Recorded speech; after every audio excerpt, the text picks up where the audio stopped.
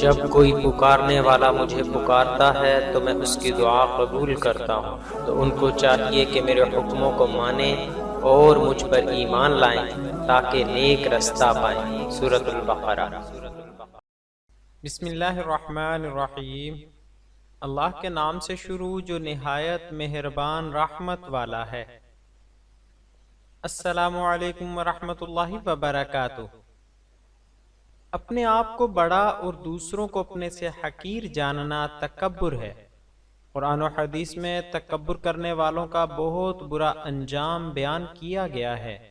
فرمایا گیا، قیامت کے دن تکبر کرنے والوں کو چیونٹیوں کی شکل میں اٹھایا جائے گا۔ تکبر والے شخص کو اللہ رب العزت پسند نہیں فرماتا ہے۔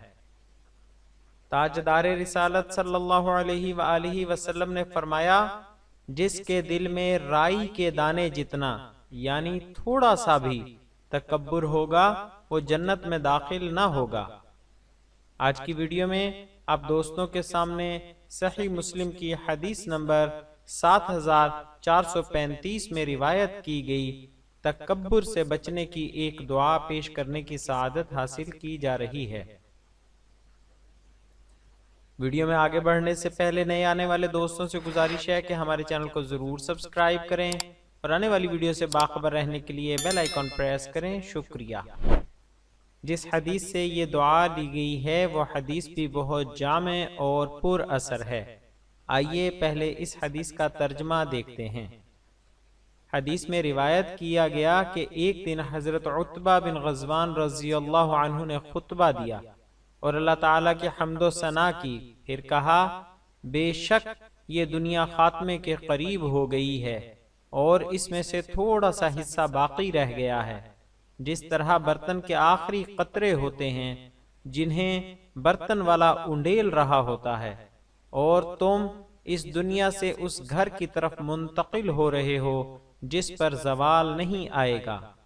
جو تمہارے پاس ہے اس میں سے بہترین متاع کے ساتھ آگے جاؤ، کیونکہ ہمیں بتایا گیا تھا کہ جہنم کے کنارے سے ایک پتھر پھینکا جاتا ہے تو وہ 70 سال گرتا رہتا ہے، اس کی تہ تک نہیں پہنچتا، اور اللہ کی قسم یہ جہنم پوری طرح بھر جائے گی۔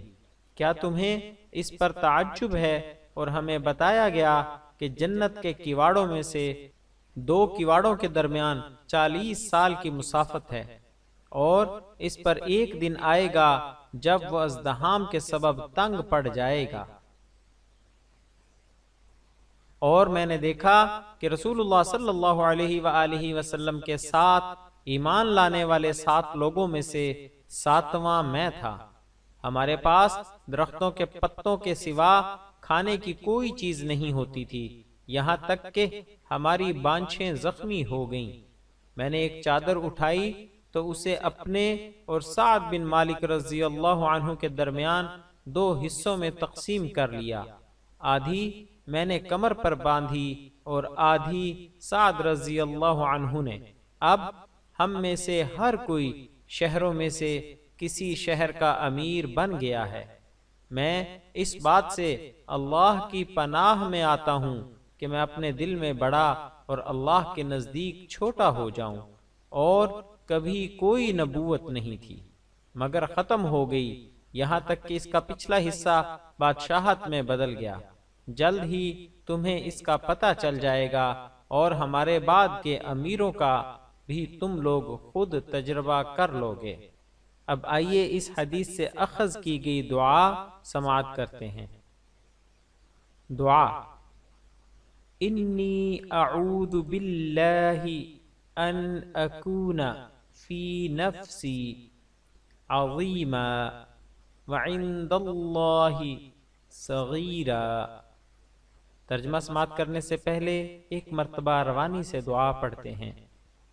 انی اعوذ باللہ ان اکون فی نفسی عظیما وعند اللہ صغیرا۔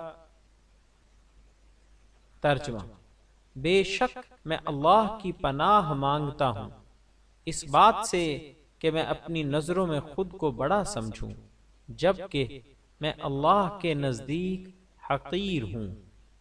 آخر میں آپ دوستوں سے گزارش ہے کہ ہماری حوصلہ افزائی کے لیے ہماری ویڈیوز کو لائک اور شیئر ضرور کریں اور اپنی قیمتی رائے کومنٹس میں ضرور ظاہر کریں۔ شکریہ، جزاک اللہ خیرہ۔